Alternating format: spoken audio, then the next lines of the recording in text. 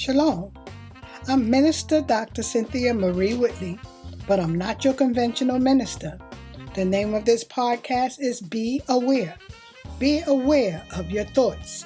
Each week, we will review self-realization tips using primarily biblical references through storytelling. We will reflect on our thoughts and become aware.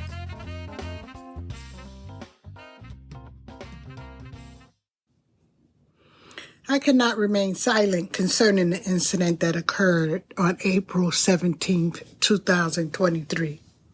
84-year-old Andrew Lester, Caucasian, shot teenager Ralph Yarl, 16, African American, once in the head and once in the arm, after Yarl mistakenly arrived on Lester's doorstep in Kansas City, Missouri. Yarl thought that it was the house where his twin brothers were waiting for him to pick them up and take them home.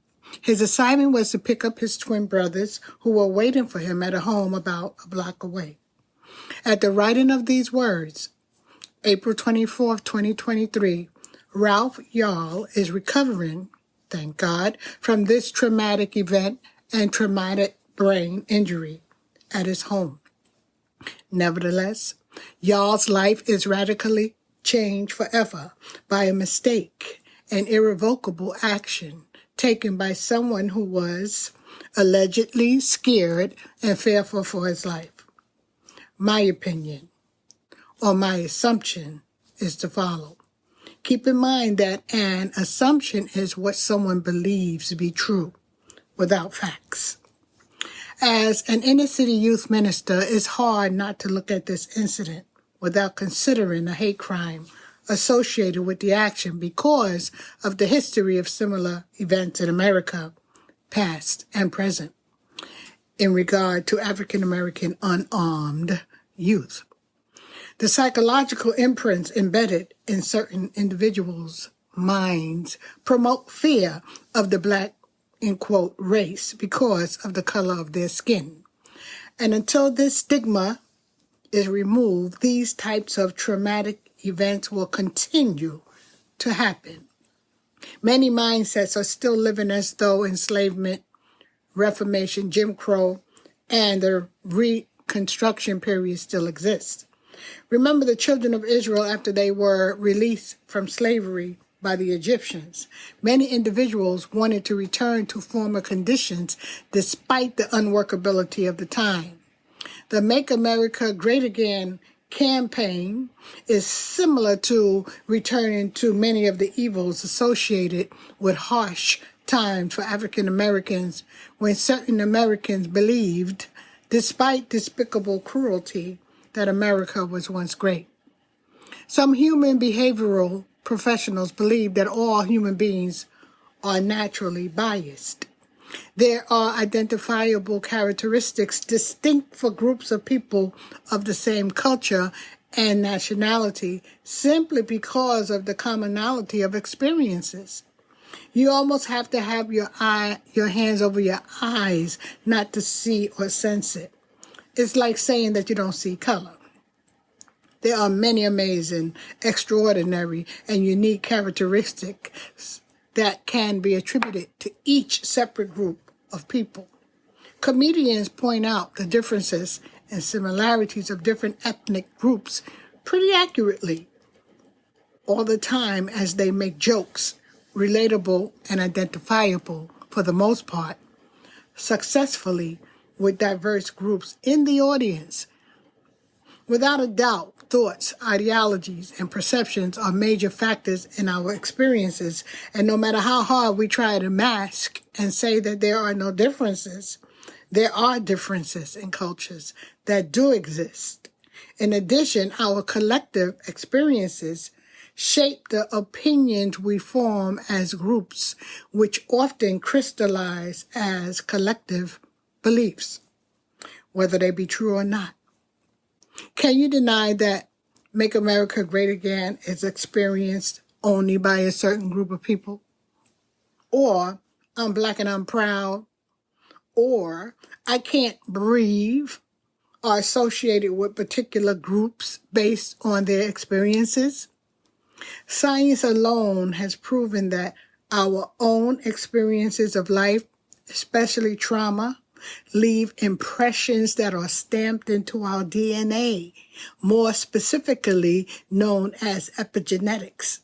These imprints color the current generation as they did their ancestors and are so deeply rooted that when presented with situations in our common era, if time isn't given before a person responds, even counting to 10, wrongful, regretful responses can ensue, even if the responses given isn't called for, and often lead to harm when acted upon in haste, as may be in the case above.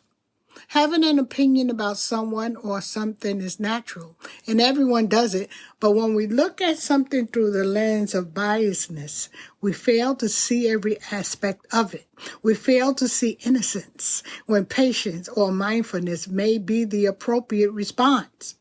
More importantly, we fail to see God's image in the individual. Reactions from epigenetics can resurface for anyone, every time trauma, whether real or imagined, is relived. With closed-mindedness, we look only at one side of the picture, which renders us blind and maybe even delusional or insane. My emotions surge as African American teens continue to lose their life and innocence or God-given peace on earth. I pray until this day for the safety of all my men in these mean streets.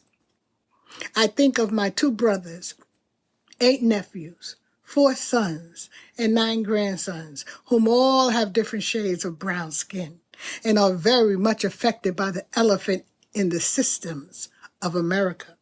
As a doctor of ministry, my thorough research culminated in factual evidence to support that discrimination exists, unfair dealing, and its negative effects it has on African Americans. So I am empathetic, compassionate, and sometimes fearful about living in America when thinking about the mental and physical harm imposed upon my youth.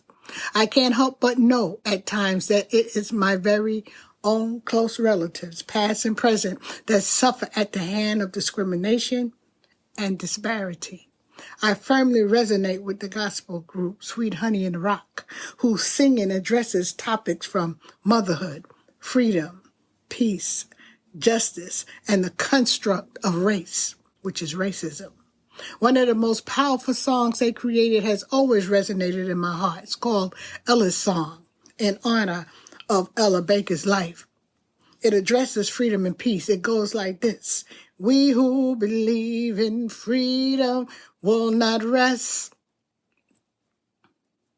We who believe in freedom will not rest until it's done.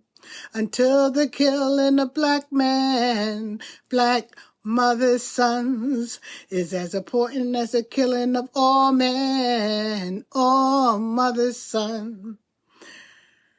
In other words, no mother should have to suffer the burden of losing their beloved children or enduring the defenselessness, suffering of their bodies. So what do we do? Where do we go from here? How long will we cry for peace? Why should the differences in traditional experience between different groups matter to the point of one thinking that they are superior and the other inferior? Race identity is a construct. That means someone or a group of individuals made it up. Was it based on wisdom? No. After all of the other creations being made after their own kind, mankind enters the scene according to the Bible, and it says this in Genesis 1:26 and 27. God made man after the image of God. It didn't say that man was created after his own kind like everything else before it. Specifically, it states the following, and God said, let us make man in our image after our likeness. So God created man in his own image. In the image of God created he him. Male and female created he them. Was God only talking about one nationality? The breath of life and wisdom is available to us all. It is experienced by everyone, and we could stop this harmful handicap of prejudice if we stop living in ignorance. Spirituality teaches us to look at everything and create anew. Every moment is full of possibilities, and if we let our biases come in the way of that possibility, we cannot achieve peace. That is the essence of spiritual growth. By example, God showed us how to create so that things could be good. Meanwhile, we can all play our role to uplift and give our precious teens tools to heal and grow in spite of what is hurled at them. My job as a mentor, minister, and comforter is to offer them tools and techniques to raise their consciousness to a whole new level. What's your role? Peace and shalom.